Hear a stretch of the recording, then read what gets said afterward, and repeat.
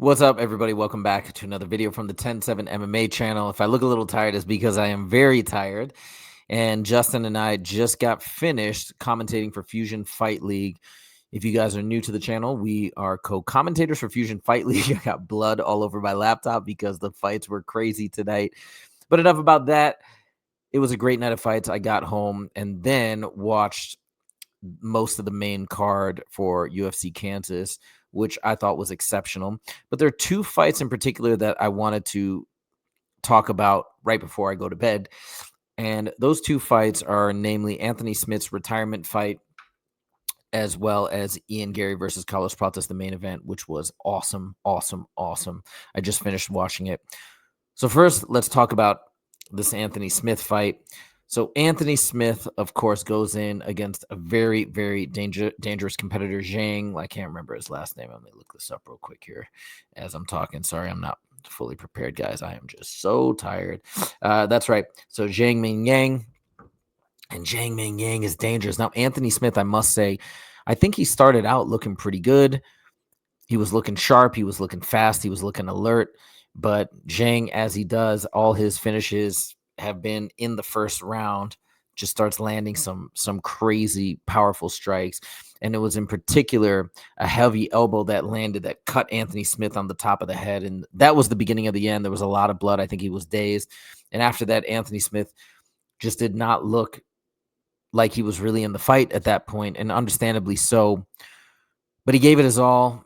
He went out on his shield. The ref was yelling at him. Jason Herzog gave him every chance possible to come back, yelling at him, you got to do something. You got to defend. You got to try. Something like that is what he yelled it a million times. He gave him so many opportunities to come back. He just couldn't do it. And I think it's what most people predicted what would happen. I do think Anthony Smith definitely had a chance in this fight, as he has in any fight. I think he gets a really bad rep as whatever, but he is a skilled fighter. He's been to the highest of highs. He fought for the championship against John Jones. So whatever negative stuff, man, people have a lot of negative stuff to say about Anthony Smith. I never really understood why. But regardless, whatever you got to say, you have to say that he's a fighter through and through. He gives it his all. He steps in there. He's never afraid to fight any opponent. He gave it his all, went out on his shield, and that's that. A couple of funny observations. After the fight, there was some weird stuff that happened. Anthony Smith was flicking off some guy, I guess, in the audience. I still don't know what happened there. I'm really curious to know what happened. And he ran over to the cage. We almost thought we were going to get Khabib 2.0, him jumping the fence, but he was stopped actually partially by his opponent, by Zhang Mingyang. And they seem to have a lot of respect for each other. I don't know what he said to him, but he got him to calm down. And eventually that was it. He then laid down the gloves. And how interesting was it that he was then interviewed by Paul Felder, the guy who has now replaced him on the Michael Bisping podcast. And I don't think there's any bad blood there. And I don't even think there's any bad blood between him and Michael Bisping. I just thought it was interesting and kind of bizarre that now the guy who has replaced him on the podcast was interviewing him for his final fight. But I thought he did a great job. Paul Felder is one of the best in the game with those post-fight interviews. I know me and Justin had to do those tonight for Fusion Fight League. So we're always watching and listening to the guys who work for the UFC to try and level up our game and improve and be better. So anyways, that's that. We had, I think, a really nice, beautiful moment. Anthony Smith stepped down. They put together a montage, a little video montage in dedication to all his great moments in the UFC. And that's that. That's a wrap. He has now retired. He's going to have a great career as a analyst on his own podcast, On Paper with Anthony Smith. And that's that. Okay. But we got to move on to this main event. Now, earlier today, I released a final predictions video. I already talked about this on the show on Friday, that I thought that Ian Garry was going to win. But holy smokes, Ian Garry is so good. You know what that looked like?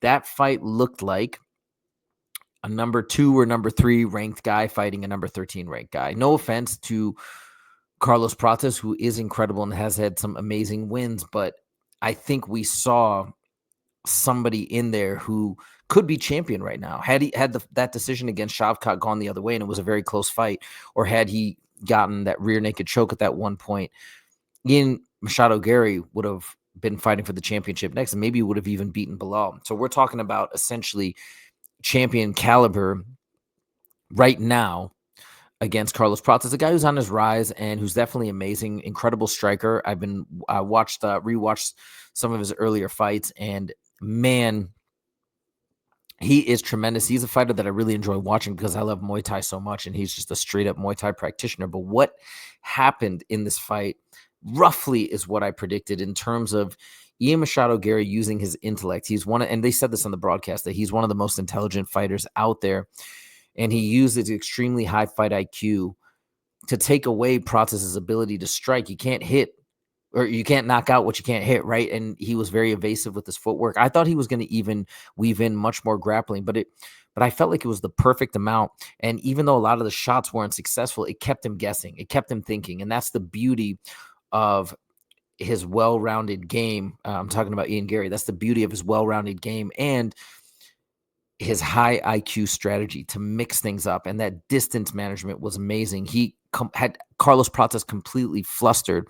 The ratio of strikes was out of control. Now, how two judges, just somebody fill me in here on the comments because I'm really confused. How did two judges give it 48-47? I can't even believe that.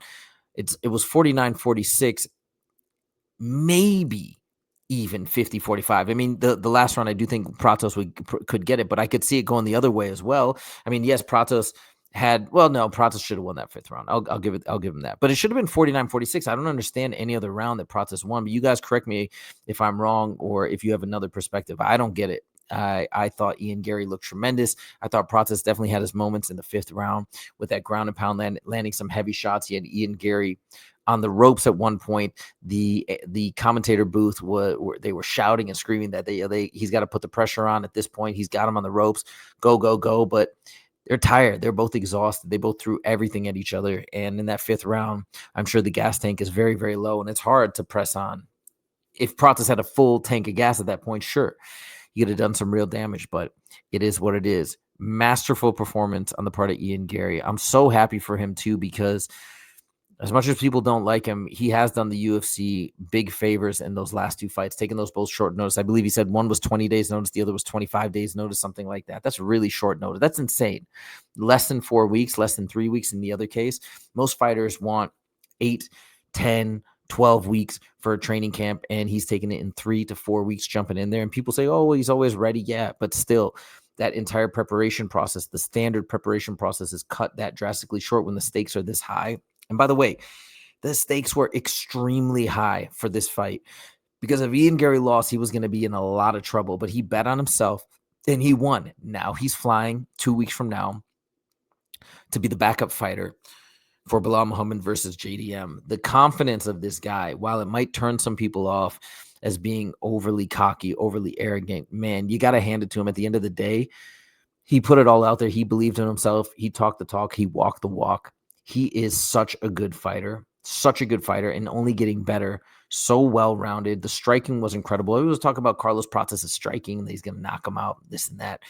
Ian Garry completely outstruck him, in my opinion. So, man, it was fun. It was really exciting. And like I said, love him or hate him, Ian Garry, you will miss him when he's gone. Be happy that he's in the division. Be happy that he's in the UFC because he brings a lot of excitement. And whether you want to see him lose or you want to see him win, I want to see him win personally. He's exciting. He's interesting. He's tremendously talented. He's got the full package. So you can hate him, but you have to appreciate the fact that he stirs up some emotion in you. And you need to respect the fact that he's out there and giving it his all, not just talking. He's doing the thing. So it was incredible. Can't wait to see what's next for Ian Garry. I wonder where this is going to put him in the rankings. Yeah, because you could argue it might not move him much because he fought a number 13 guy. But, man, if there's some fairness in this world, if there's some equity, I hope it bumps him up to top 5 minimum because, man, he's good. And that's that. Incredible night. Incredible night with Fusion Fight League as well. What a blast. I'm exhausted. I'm going to bed. Let me know what you guys think in the comments.